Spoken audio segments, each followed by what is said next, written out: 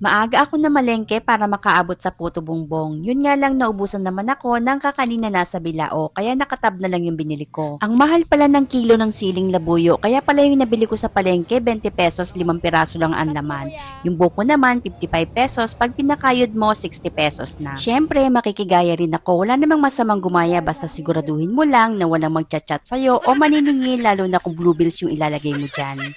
Gumawa rin kami ng buko salad at yung lumpiang Shanghai naman, sinanay at yung hipag ko naman yung pinagbalot ko. Tokwat baboy para yung iba pampulutan na rin. At ayan, si Lechon na paaga ng deliver. Meron din silang freebies at ang kinuha ko naman ay dinuguan. Kung naghahanap kayo ng masarap na lechon, try nyo tong Dantes Lechon. Hindi man makinis yung labas, pero yung lasa hindi sila mapapahiya.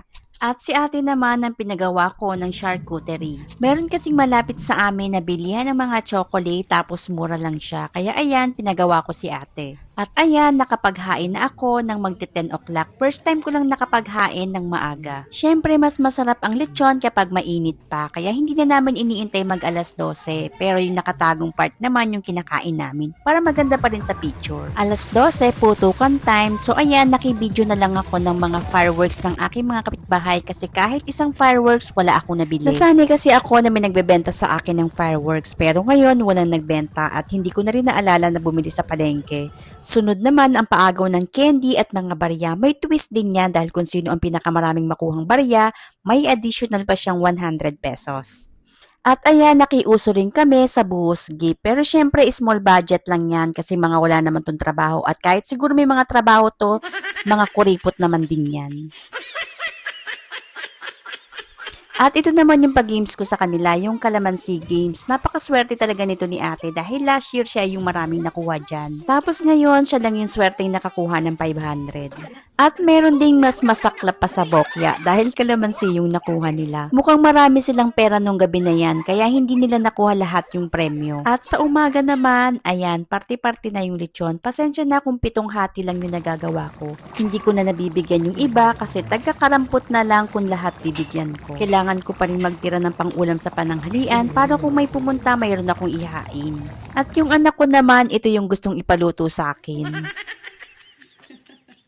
At bago kami magpalaro sa labas, ayan at nagsipag-bingo muna sila. Ito yung bingo na walang tayaan pero meron kang kakabigin. Palaro din tayo ng bato-bato pick sa mga bata na nainggit naman ng matatanda kaya ayan at maglalaro din daw sila. Nakakatuwa rin kasi yung games na to pero hindi winner take all yung ginawa ko. Basta kung sino yung manalo, bibigyan lang namin sila ng 200 pesos. At dito naman ako natuwa sa games na to. Napanood ko lang din ito kaya ayan, pinalaro ko. Galit-galit muna sila dito dahil kailangan nilang paputukin yung mga lobo pero kailangan nilang ingatan yung lobo nila na pumutok dahil 500 pesos yan. At nung dalawa na lang yung natira, mukhang mag-iiwasan na lang sila. Kaya ibinigay na lang namin sa kanilang dalawa yung premyo.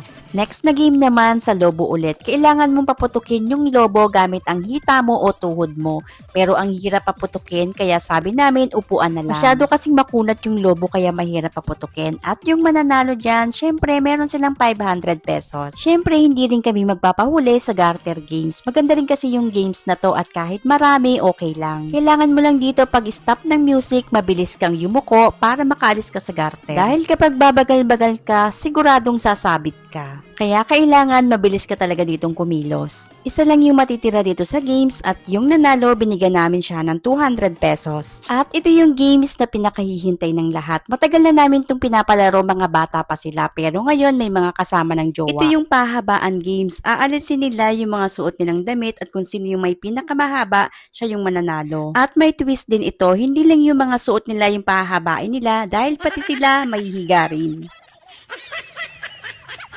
At ito naman yung mga nanalo, syempre yung first ngiting tagumpayan. At yung mga bata humirit pa ng isang games, magti-trip to Jerusalem daw sila. Pero si Ruru, iba naman pala ang trip. Thank you for watching. Please don't forget to like and follow.